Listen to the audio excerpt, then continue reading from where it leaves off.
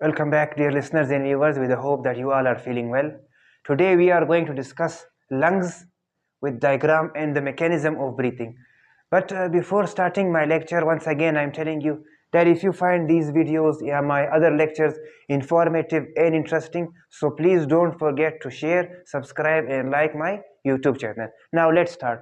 First of all हम लोग पढ़ेंगे कि हमारे लंग्स क्या है, ओके, कहाँ पर है, उसका शेप किस तरह है. लंग्स जो है they are paired and located in the chest cavity, one on either side of our heart. हमारा जो ये हार्ट दिल है, ओके, ये इसके दोनों लेफ्ट एंड राइट साइड पर ये लोकेटेड है और ये स्टार्ट होते हैं बिल्कुल हमारे नेक से और फिर they are expanded to our chest cavity, यानी बिल्कुल हमारे सीने तक सारे जो हमारे दोनों लंग्स है ये फैले हुए हैं, they are expanded, okay, from the neck to diaphragm. जो हमारी chest cavity, okay, that is called diaphragm, वहां तक ये फैले हुए हैं.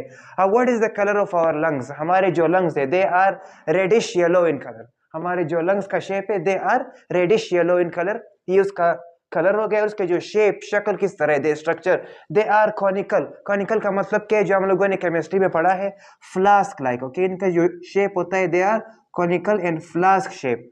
अब क्या हमारे जो दोनों लंग्स है आर द सेम साइज?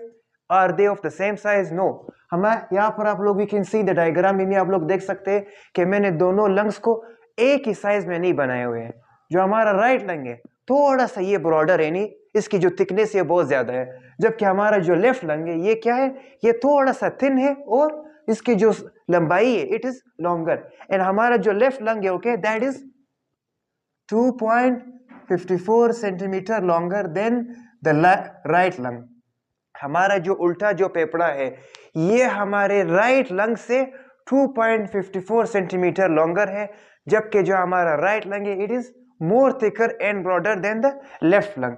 अब हमारे इस दोनों लंग्स के ऊपर एक कवरिंग है, या we can say there is a membrane like structure each lung, दोनों लंग में, ओके. ये क्या करते हैं, ये हमारे लंग्स को फ्रिक्शन से बचाती है ड्यूरिंग जब हमारे लंग्स इनहेलेशन और एक्सहेलेशन, यानी जब वो हम लोग ब्रीथ इन कर रहे हैं या ब्रीथ आउट कर रहे हैं, इसमें जब हमारे लंग्स कॉन्ट्रैक्ट और एक्सपेंड होते हैं तो उससे ये हमारे लंग्स को फ्रिक्शन और फॉर एग्जांपल डैमेज से बचाती है.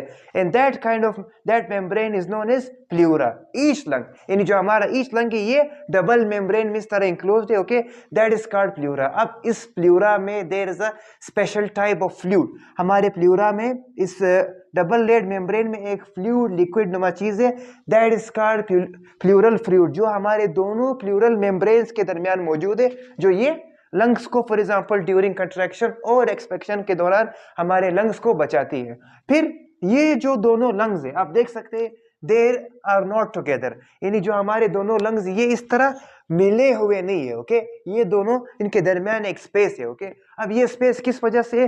Because of the membranosus septum, यानी हमारे दोनों लंग्स के दरमियान एक मेम्ब्रेन, एक पर्दा नुमा चीज है, that is called mediastinum, okay. ये क्या करती है, इन दोनों लंग्स को एक दूसरे से अलग करते हैं, ओके. अगर यहाँ पर मैं लिखूं it is present here, okay, because ये जो हमारे दोनों लंग्स है they are not attached with one another because of this membrane that is called mediastinum, okay. यहाँ पर इसका फुल डायग्राम है, मैंने थ्रू डायग्राम हमारे लंग्स को एक्सप्लेन कर.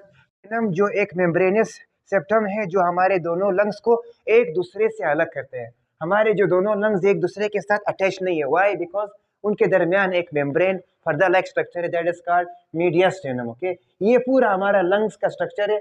आप देख सकते हैं कि हमारा जो राइट लंग इसके 3 लोब्स होते हैं, ओके, इस तरह बैग लाइक, मतलब इस तरह बाहर की तरफ 3 लोब्स निकले हुए, जबकि लेफ्ट लंग इसके 2 लोब्स है, ओके. ये हो गया हमारा ट्रेकिया, ये हो गया एपिग्लोटिस, ये हो गया लेरिंग्स वगैरह. इन दीज अब जो ब्रांचेस टाइप आपको नजर आ रहे, these all are called bronchioles या ब्रोंकाई. ये फिर सिंगल वन और ब्रोंकाई, फिर वो फर्दर जाकर और स्मॉल माइन्यूट ब्रांचेस में तकसीम होते हैं, दैट आर कॉल्ड ब्रोंक्यूल्स. और नीचे जो आपको शीट लाइक मसल नजर आ रहे हैं that is called diaphragm. Diaphragm क्या है? It is a sheet like muscle. इस तरह एक शीट ऑफ मसल है जो हमारे पूरे चेस्ट कैविटी में फैला हुआ है. अब नेक्स्ट हमारे पास है the next part of our lecture is mechanism of breathing, के सांस लेने का निजाम किस तरह है. ये 2 फेजेस यानी 2 फेजेस या मरहलों में हम लोग इसको तकसीम करते हैं. One is known as inspiration, जब हम लोग बाहर से सांस हवा को ले लेते हैं, okay, this is called inhalation, ताजी हवा को, ओके.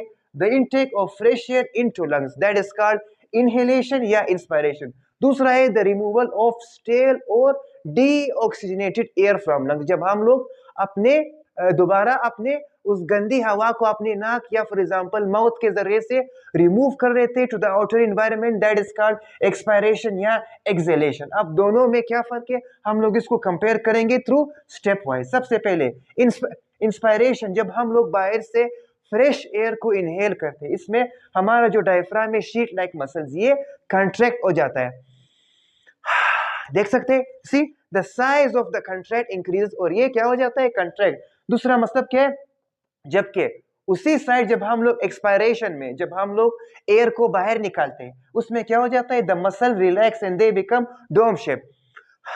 जब हम लोग फॉर एग्जांपल अपने एयर को रिमूव कर रहे हैं तो इसका मतलब क्या है, जो हमारा जो डायफ्राम है इस तरह डोम शेप हो जाता है, इट बिकम्स रिलैक्स लाइक।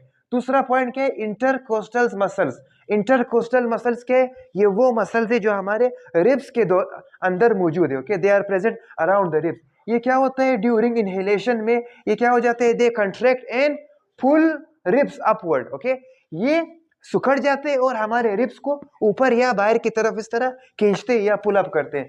जबकि दूसरी तरफ एक्सपायरेशन में हमारे जो इंटरकोस्टल मसल्स है ये क्या करते हैं, ये रिलैक्स हो जाते हैं और वो इस तरह नीचे की तरफ आते हैं। आप देख सकते हैं यहाँ पर these intercostal muscles they are pulled inward and downward, और यहाँ पर क्या हो जाता है, ये अपवर्ड चले जाते हैं इंटरकोस्टल मसल्स, ओके, और यहाँ पर ये क्या हो जाता है, they are going downward, okay. ये फर्क है इन दोनों में, ओके। अब ये था हमारा मैकेनिज्म ऑफ ब्रीथिंग और स्ट्रक्चर ऑफ लंग्स। दूसरी तरफ क्या है, जब हम लोग यहाँ पर कुछ फर्क और भी है कि व्हेनेवर जब हम लोग बाहर से ऑक्सीजन को ले रहे होते हैं, ऑक्सीजन के हमारे एटमॉस्फेयर में जो नॉर्मल कंसेंट्रेशन है वो 21% है। जब दोबारा हम लोग ऑक्सीजन को एक्सहेल कर रहे हैं तो हम लोग सिर्फ 16% ऑक्सीजन को रिमूव करते हैं, जबकि 5% क्या हो गया, 5% was used in our body processes, okay. यानी हमारी जो बॉडी है या जो हमारी लंग्स है 100% ऑक्सीजन को कंज्यूम नहीं करती है, सिर्फ 5% ही उसको इस्तेमाल करती है, और ये डिपेंड करता है इंसान के from different varies from person to person.